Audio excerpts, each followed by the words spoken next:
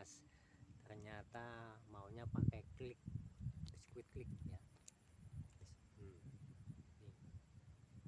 mantap Mas, yang penting happy ya, walaupun kecil tapi wah seneng.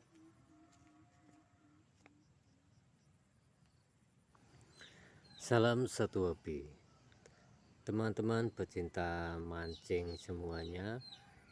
Kali ini saya akan memancing ikan lukas yang masih berada di aliran Sungai Serang, Desa Karanguni. Yang pada kesempatan kali ini saya menggunakan umpan roti klik atau biskuit klik ya, yang mudah didapat di warung-warung sekitar kita. Dan bagi teman-teman yang baru bergabung, silahkan tekan tombol subscribe yang ada di pojok kanan bawah supaya membantu dalam mengembangkan video-video mancing selanjutnya.